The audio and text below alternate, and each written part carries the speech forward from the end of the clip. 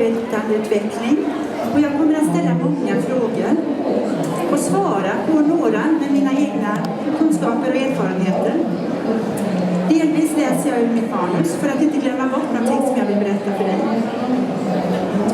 Hur kommer det sig att forskare har hittat så olika orsaker till hur psykiska sjukdomar uppkommer? Någon talar om autoimmuna sjukdomsprocesser i hjärnan, andra om miljöfaktorer som kan samverka med vissa genvarianter. Tarmbakterier från katter har visat sig i en studie leda till förhöjd risk att utveckla schizofreni och autismtillstånd. Men enligt Världshälsoorganisationen så skulle livsstilsförändringar kunna förebygga 30% av cancerfall, 80% av hjärt- och kärlsjukdomar. Men bara 4% satsas idag på preventiva åtgärder, trots att prevention skulle ge både bättre hälsa och ekonomiska besparingar. Jag pratar om medvetandeutveckling som ett väg att förebygga självmord. Orsaken till att jag står här idag, det är att Folkhälsomyndigheten sedan juli månad i år är ansvarig för suicidprevention och att förebygga. Och de utbildar, samordnar och samverkar för att nå samhällets mål att ingen ska behöva ta sitt liv på grund av psykisk ohälsa. Det är ett stort uppdrag. Och när nu kostnadseffektivitet har lett till kortare behandlingstider och mer medicinering, så står det i motsats till vad vi vet, nämligen att vi behöver flera utbildade och anställda samtalsterapeuter vid medicinering med psykofarmaka. Vi behöver en bred folkbildning som förebygger ohälsa. Det behöver börja redan i skolan, i ämnet livskunskap. Och samtidigt påverkas nu samhället av en medvetandeutveckling som sker i samhället idag.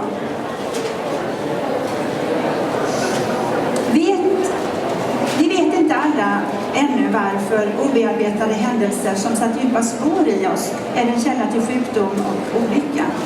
Men perceptioner, alltså sånt som vi varse vid, svåra händelser vi varit med om och inte alltid accepterat, de ger ju spår som sen styr i min inre process. Det kan handla om att nedärvda mönster sedan generationer som har grundats långt tillbaks i tiden av någon som gått igenom en outhärdlig händelse. Det har lagrats i oss. Det kan också handla om personliga förorätter som ligger i min minneskorg och tynger. Så att återlämna föremål, klargörande av historia, vad som ligger till grund för det vi upplever idag, behöver redas ut och göras medvetet. Varför vet ännu inte alla att man redan i tidig ålder kan uppleva sig annorlunda beroende på att man har en känslomässig hjärna med en högre känslighet. Hos 20% av befolkningen så visar aktiviteten i det här förfinade neurosensoriska centret som vi alla människor har, man kan kalla det för medvetenhetens centrum, en betydligt högre aktivitet. Många upplever att man inte passar in i en värld med egoism och ironi. Man är känsligare för höga ljud och starkt ljus, och känsligheten är kopplad till smärta. Man lider mer än andra, och kärlek kan vara intensivare och smärtsammare i relationer. Man uppskattar ensamhet men känner på samma gång redan som barn ett djupt utanförskap. Och att som liten då har lärt sig att se sin känslighet som en gåva gör att när man blir bekräftad i den, att man har mycket lättare att klara sitt liv. Och att just bli bekräftad och rädda både förstånd och liv hos många människor. Människor känner sig själva som de känner andra. Och det finns alltså människor som inte vet att de själva tillhör en grupp som välsignats med en gåva som inte alla har runt omkring. Och de går fortfarande obekräftade. Sorg och smärta har funktioner i våra liv. Vet vi det allihop? Jag hoppas det. Sorg och smärta, alla svåra upplevelser och känslor vi har, vi människor. När vi går igenom dem så leds vi in i en djupare utveckling. Livet är utveckling. Och min väg tillbaka till livet, kan man säga, efter min dotters självmord var just genom medvetandeutveckling. Jag lärde mig att hantera kaoset som uppstod i mitt liv genom min mentala fokusering, men också genom min intuition och min varseblivning.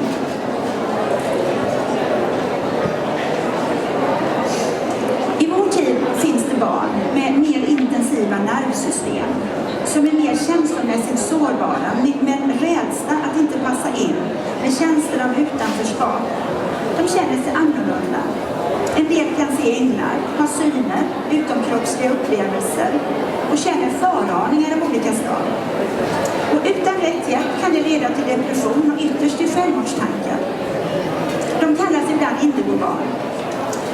Och kristallbarn är människor med högre vibration, en ren och klar aura, som kan vara känsliga mot ljud, färg, dofter, negativa känslor hos andra, som därför blir mycket sårbara.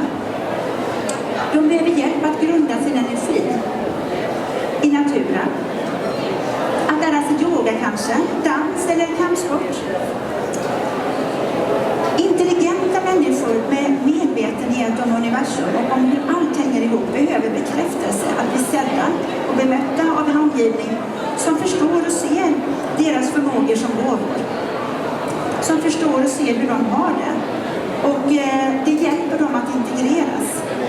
Varje människa, oavsett hur vi är, så måste vi se som ett holistiskt ekosystem i sitt sammanhang.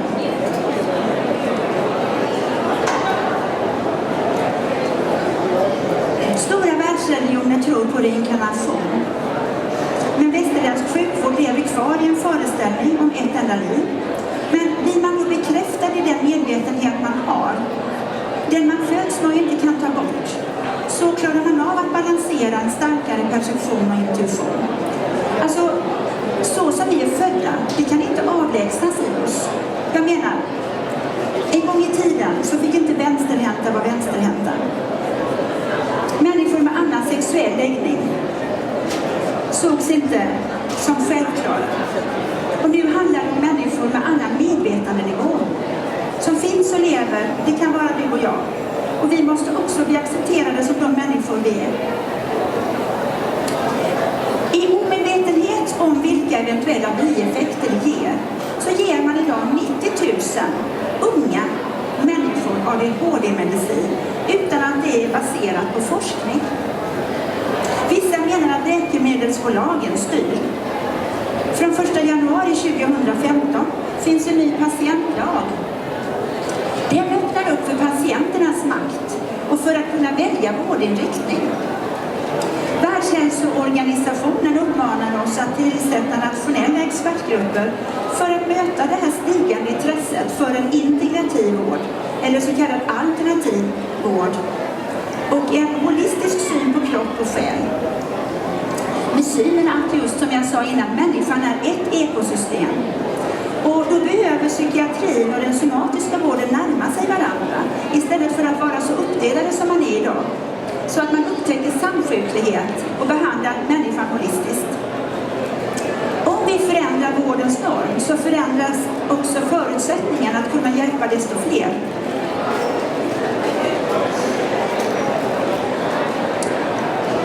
Idag finns kunskapen om att alltid ge samtidig samtalsbehandling när man medicinerar.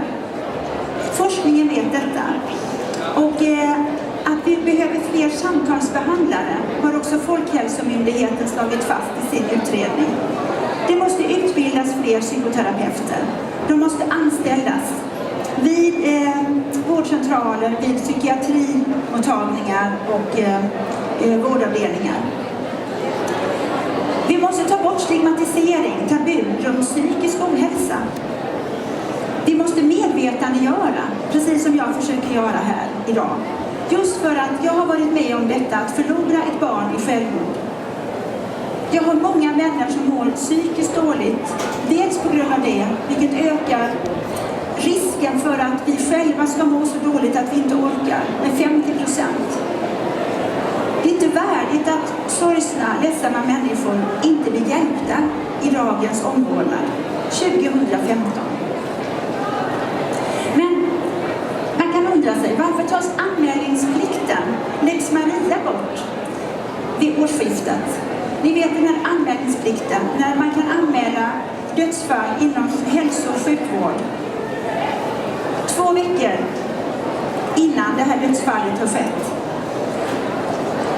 Då är det föremål för en Lex Maria-anmälan där man kan göra en utredning och vi får en öppenhet i hur många självmord som har ägt rum på våra psykiatriska kliniker bland annat. Det kommer man att mörka från januari månad 2016. Och orsaken är att i betänkandet så är det psykiatrikerna som önskar att det blir så här. Man hävdar att det beror på att man inte kan skriva på ett rätt sätt om självmord i massmedia, vilket jag starkt ifrågasätter. Jag tycker att våra svenska journalister gör ett jättefint jobb och jag välkomnar dem att skriva än mer än idag. Inte om hur människor tar sitt liv, men om självmord. Om att det går att förebygga självmord och att människor måste få hjälp, samtalsstöd. Och jag kommer vidare in på det nu med det jag ska säga.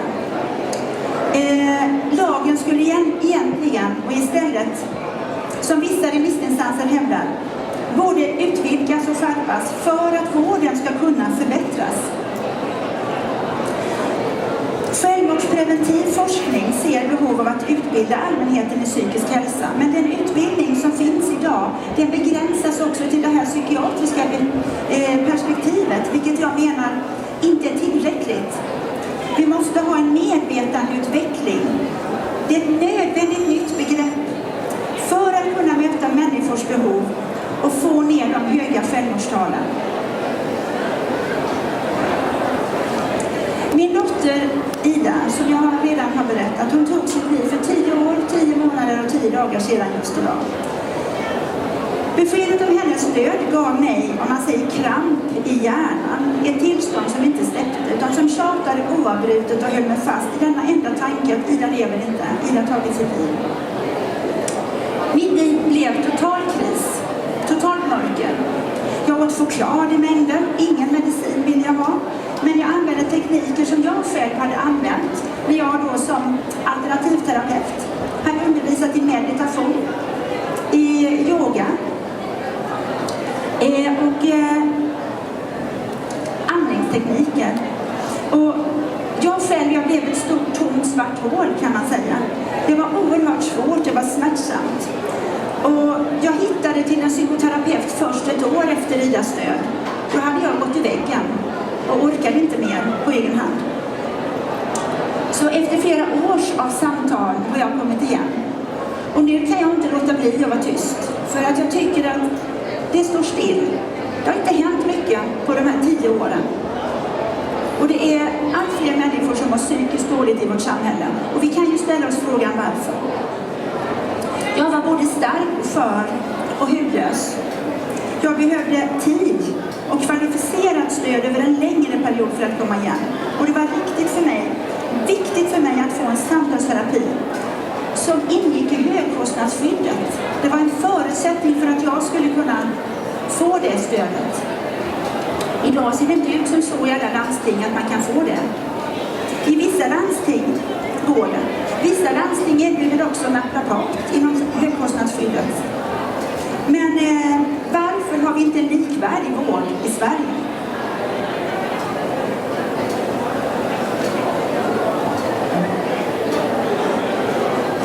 Döden ser olika ut och kan upplevas mycket svår för den som lever kvar.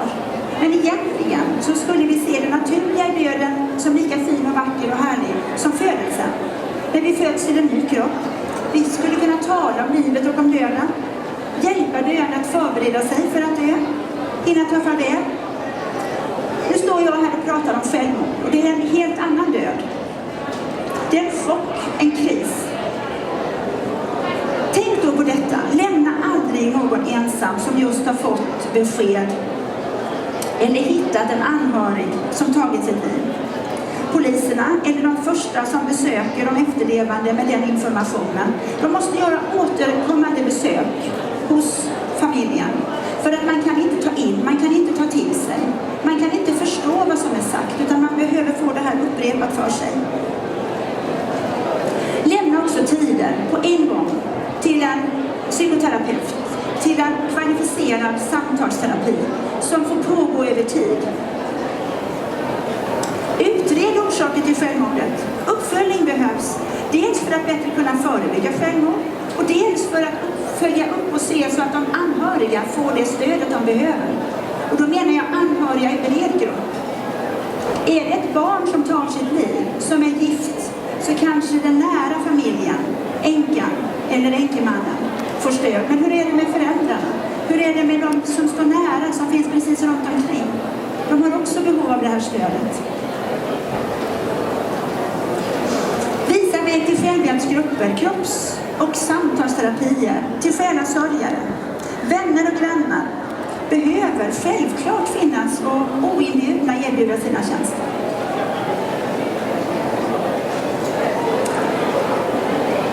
Du har kommit rätt. Här finns det hjälp för dig. Det vore orden som skulle möta varje person som besöker psykiatriakuten eller vårdcentralen med psykisk ohälsa. Med ett smörgåsbord av behandlingsformer beroende på vilket behov den personen har som söker vården.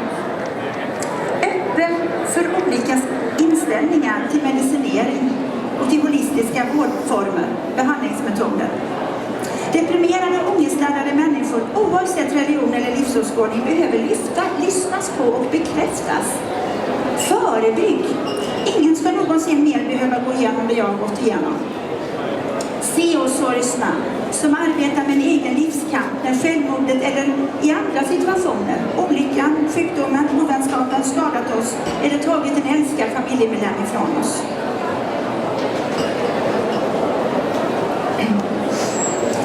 Sorg tar vi in på olika sätt. Och att inte fullt ut acceptera den händelsen som ger lidandet, det skapar ett tomrum och gör att du till slut tvingas gå runt den här smärtan för att undvika det som väcker ångest och depression. Och med tiden då så blir det här källan till sjukdom och olycka. Medicinering vet ni tar bort symptomen, men orsaken finns ju kvar obearbetad. Däremot sorg som sätts fram, som bearbetas i en lösnings- och orsaksinriktad terapi, de lämnar spår och saknar förvisso, men ger en situation som går att leva med. Att vara aktiv är bra, att vara passiv högst skadlig. Ta en daglig promenad, släpp in ljuset, livet. Kroppen har ett naturligt sätt att läka som medicin stänger av.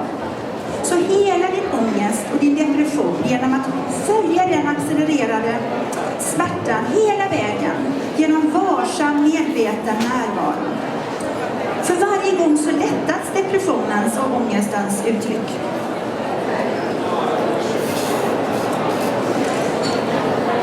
Sorgen, smärtan, vansinnet, utanförskapet visar på ett sätt vägen till läkning. Det leder till ett inre uppvaknande. Alltså motsägelserna i mig höll mig borta från min essens. Som om jag vore många människor. Jag satte fram en sån där babusha där. Ni vet, vi har många sidor i oss. Vanor och utvecklingar som om man upplevt och lagrat sedan många förflutna tider fram till idag. Essensen förenar intellektet och hjärtat och tillsammans med min logik och medvetenheten som finns i mina celler blir till en integrerad essens som sen pekar ut färdriktningen i livet. Det finns en högre orsak och mening med våra liv, med att vi lever på jorden. Och detta är medvetandeutveckling. Det som normalt leder tanken framåt, det är nyfikenhet. Vi gör nya upptäckter, tankesprång. Har ni tänkt på att vi inte är de samma efter en stor positiv framgång? Det ger en bekräftelse, en tro på sig själv, men vi är inte heller de samma när vi har varit med om en svår tragedi, och då krävs det ett hårt arbete för att gå igenom sorgen och integrera en ny medvetenhet, en ny förhållning. Det är det vi måste lära oss och varann. Det går. Man växer i det svåra och får ett nytt förhållningssätt om man ges tid och möjligheter till medvetandegörande. Umgås med dig själv. Känn din självklara rätt att vara och välja det du mår bra av som gör dig lycklig. Det var innehållet i kurser och föredrag som jag gav innan Idas död och som fick hjälpa mig i den situationen jag liv i och med Idas självmord. Jag fick kämpa för att komma tillbaka, för att kunna resa mig igen efter hennes död, för att kunna sluta gråta. Och jag har bytt yrke. Jag har bytt hela mitt sociala liv, tänkte jag säga. Jag har bytt land. Det har hänt väldigt stora saker i mitt liv. Men jag fastnade först i sorgen och jag var nära att glida med i såphalkan.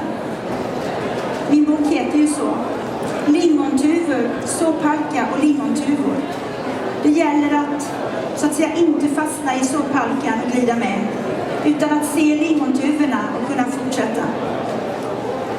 Det var genom kärlek, genom hjälp av psykoterapeut, genom att träffa andra som jag klarade av att gå igenom och gå vidare. Genom kroppsterapier som jag vågade titta på min stora sorg, läka utanförskapet och känslor av meningslöshet och uppgivenhet. Att våga möta sig själv är nyckeln. Ljuset inom mig när skuld och straff och otillräcklighet och alla andra störande känslor ger vika ledde mig till en acceptans. Det var en lång väg dit. Jag var tvungen att acceptera Idas självmord. Och fylla på och ge mig själv kärlek i denna situationen. Och jag gjorde sånt, jag tvingade mig att göra sånt som jag hade gjort innan Idas död, som gjorde mig lycklig då. För att jag visste inte hur jag skulle gå vidare. Så jag talade spanska så mycket som gick. Jag försökte äta det jag tyckte var gott, utmanade mig. Försökte ta mig ut på promenader, men jag kunde inte simma längre. Jag sjönk som en sten. Hjärtat var brustet. Jag gick i kroppsterapi, jag gick i rehabiliteringsbassängens varma och omhuldande vatten som gjorde mig så gott och som släppte fram mina tårar. Det är motsatsen till vad man normalt gör när man skuldbelägger och ältar. Det är det värsta vi kan göra mot oss själva. Jag försökte närma mig Ida, trots smärtan. Själen lever. Hon har lämnat kroppen, men själv finns hon vakande över mig. För mig är reinkarnation ett faktum, och att stödja andra är också bra. Att ge sig hän och gå upp i någonting som är större än sig själv. Man glömmer bort sig själv då några ögonblick, och just då gör det inte lika ont. Alltså medvetandeutveckling går ut på att hitta de sanna svaren inom sig själv. Jag fick hjälp av syner av olika slag. Bland annat när Ida lämnade mig. Jag såg hennes aura. Därför vet jag att de finns. Jag har skrivit om det också i min bok. Och det är det finaste jag kan dela med mig av. Samt vägen för att gå igenom det här. Jag fick tillgång till kunskap inom mig som är som ett frö. Vi är som frön allihop som håller på att växa upp. Om du tänker ett ekollon så vet jag precis hur det ska kunna bli en stor och kraftfull ek. Och det är likadant med oss allihop. Vi har all kunskap inom oss. Hjärnan är ju kroppens generator. Och stannar hjärnfunktionen så stannar cellernas aktivitet. Och ju mer medvetandesprång vi gör, desto friskare och kraftfullare blir vi. Vi utvecklas genom våra drömmar och genom händelser vi upplever. Och då drar vi till oss genom vår intuition och perception också andra dimensioners kunskaper och blir ännu friskare. Hjärnan är tankarnas utstrålningsmekanism, och tankar och känslor, de är olika energier. Tankar tänker vi och känslor känner vi. Vi måste lära oss att skilja på dem. Och för att komma ur den här fastlåsheten så måste man förstå skillnaden. Tänk tankarna, följ dem till dess slut, ta hjälp av dess lärdom. Ge akt på hur och vad du tänker. Och släpp fram det nya som kommer efter sorg och smärtans svåraste tjänster. Det kan bli ett omskakande uppvaknande. Att bli mer sann, att integrera alla de där 1000 sidorna till en. Det skapar nya insikter. Jag behöver inga droger, inga tabletter eller rökning som stänger av intuitionens kanal. Tillsammans så kan vi ta oss ur. Genom rädsla och tvekan så är det naturliga steg för att utveckla sitt medvetande. Och genom nya insikter så utvecklas ett universellt medvetande. Och det är vår inre essens som visar oss vägen. Jag tänkte hälsa dig välkommen ut till vår monter. Ni ser den inte där borta. Det är Marianne Åström som har gjort de här fina kiltarna. Och det vars föräldrar har engagerat sig i den här anhörigföreningen SPES, där vi varje månad träffas för samtal, vi stödjer varandra, vi finns för varandra. Det är ett minne som väcker mycket sorg, men också styrka, att vi inte är själva i denna svåra utveckling som vi befinner oss i. Jag har andra vänner som också har skrivit om suicidprevention, kan man säga, på sina sätt. Ulrika har beskrivit sin pappas död. Han dog när hon var 4 år. Hon fick inte veta orsaken till hans död. Barbro skriver om sin brors självmord. Och han berättade för henne efter döden och bad henne skriva en bok om det här. Monica har skrivit om sin sons missbruk och en vård som var obefintlig för honom. Bara när hon själv följde med honom till psykakuten blev han omhändertagen. Han dog vid 27 års ålder i självmord. Lisa, pappa Lars, har skrivit. Mamma Gunilla och pappa Lars har stöttat till dotter Lisa till hon blev 37 år. Och dog hon i självmord. Och där är det psykiatrin som har misslyckats totalt. Och det är en fruktansvärd men väldigt välskriven läsning. Så läs den. Här har Elisabeth skrivit om sin sons självmord efter mobbning. Han gick i 9 när hans bekymmer började. Johanna Björkqvist har skrivit en reportagebok där hon har intervjuat några stycken personer som har gått igenom självmord i familjen. Och det här är böcker som jag vill varmt rekommendera, och jag tackar er så mycket för att ni lyssnar på mig. Tusen tack Maja för detta otroligt viktiga samtal. Jag kommer att sitta här och signera böcker. Jag säljer mina böcker till självkostnadspris. 40 kronor eftersom tryckeriet subventionerar böckerna. Varmt välkomna att köpa dem och stöd vår monter på det sättet. Och vill ni så får ni jättegärna också sitta kvar. Om 3 minuter här så kommer det att komma ännu en